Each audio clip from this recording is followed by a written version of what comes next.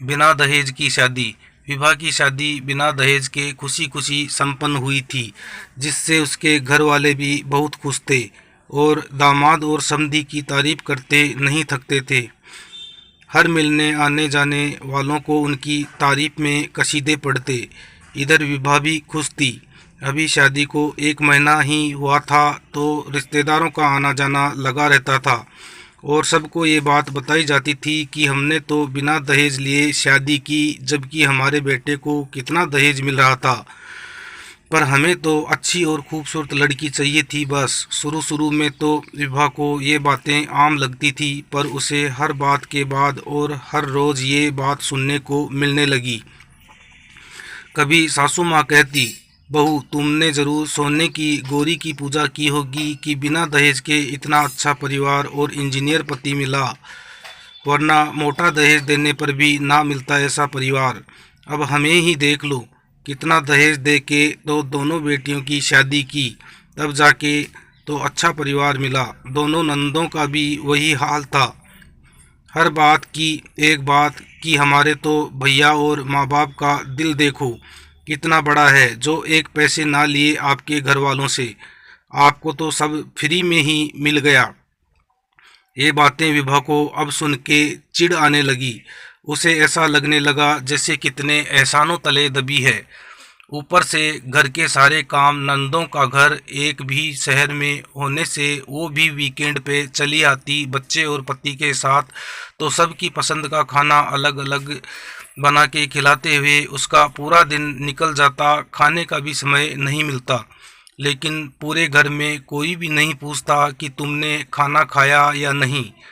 कभी दिन का खाना रात को तो रात का खाना दिन में खाती, क्योंकि सासू माँ कहती अन्न को बर्बाद नहीं करते, मेहमानों को दे नहीं सकते, और मैं और तुम्हारे बाबूजी बीमार रहते हैं तो खा नहीं सकते, तो मजबूरी में विभा को ही खाना होता सब बचा हुआ। उसे सबसे बुरा तो तब लगता जब राजीव भी उससे एक बार भी नहीं पूछते कि तुमने खाना खाया या नहीं, या तुम्हारी क्या मर्जी है। राजीव भी हर बात में यही कहते, मेरे घर से अच्छा कोई घर होगा भला जो बिना दहेज के करे शादी, वो तो मेरे घर वालों का दिल बड़ा है जो शादी कर ली।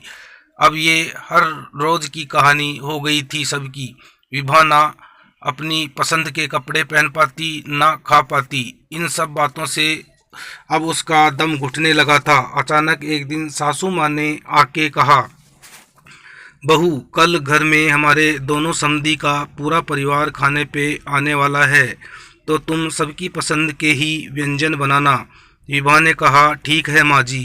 विभा ने दिन भर मेहनत करके सबकी पसंद के व्यंजन बनाए। सारे रिश्तेदार खाने की तारीफ किए नहीं थक रहे थे और इधर सब अपनी ही तारीफ कर रहे थे कि हमने तो बिना दहेज के शादी की। सबके खाने के बाद विभा जब खाना खाने गई तो उसने देखा सुबह की एक रोटी बची थी जो सूख चुकी थी, तो उसने वो रोटी कुत्ते को खाने में डाल दी और खुद ताज़ा बनाया हुआ खाने लगी। इतने में सासू माँ आके बोली, ये क्या बहू, तुमने रोटी कुत्ते को क्यों दी? खा लेती तो क्या हो जाता, इतना अन्न बर्बाद कर दिया। विभा बोलने ही जा रही थी तभी राजीव आ गए और बोले, तो तुम्हारी अब तुम मेरी माँ से जुबान लड़ाओगी? पर राजीव, मैंने तो अभी कुछ बोला ही नहीं। विभा ने बोला, क्या अभी भी कुछ बाकी रह गया बोलने को? राजीव ने बोला, पर राजीव तुम बिना बात इतना गुस्सा क्यों कर रहे हो? पर क्या विभा, तुम्हारे बाप की औकात नहीं थी तुम्हारी शादी करने की, और तुम हमारे घर का अन्न बर्बाद करो और हम तुम्हें कुछ बोले भी नहीं? एहसान मारो हमारा जो तुम्हारी शादी करा दी, वरना पड़ी होती अभी तक कुंवारी। इतना सुनते ही विभा का गुस्सा पर काबू न रहा। उसने राजीव को बोला, अगर एक भी शब्द बोला तो अच्छा नहीं होगा, और रही बात मेरी शादी की तो भूल गए हो तो याद दिला दूं, शादी हम दोनों की हुई है और खाली मेरी नहीं। रही बात बिना दहेज की, तो तुमसे मेरे पापा ने पूछा था, कोई मांग हो तो हमें बता दीजिएगा, क्योंकि मेरे घर में दहेज देना और लेना दोनों ही काम नहीं होते हैं, और ये कानून भी कानूनन भी जुर्म है। रही बात शादी होने की, तो शादी तुम्हारी नहीं हो रही थी, तभी तुमने अपनी उम्र 4 साल कम बताई और ना ही अपने नशे की आदत के बारे में बताया। तुमने सिर्फ बीटेक किया है और मैंने एमटेक। सोचो कि कौन कितना सच्चा। और तुम लोगों का बड़ा दिल जो अपनी बहू को अच्छा खिला नहीं सकता, वो दिल का या दिमाग का भला या बड़ा आदमी कैसे हो सकता है? दहेज चाहिए था तो तुम लोगों को महान बनने का ढोंग क्यों किया? और खबरदार, आज के बाद भी मेरे पापा की औकात की बात की तो वो लोग अपनी बहू के साथ ऐसा बर्ताव नहीं करते, समझे? उस दिन राजी और सासू माँ शर्म से सर झुकाए खड़े रह गए, क्योंकि जिनके सामने वो दहेज ना लेने की बड़ी बड़ी बातें करती थी, उन्हीं के सामने आज सारा सच आ चुका था। आशा करता हूँ छोटी सी कहानी आपको पसंद आई होगी। इस कहानी पर आपकी क्या राय है, हमें कमेंट करके बताएं। कहानी पसंद आई हो तो लाइक और शेयर करना बिल्कुल भी न भूलिए।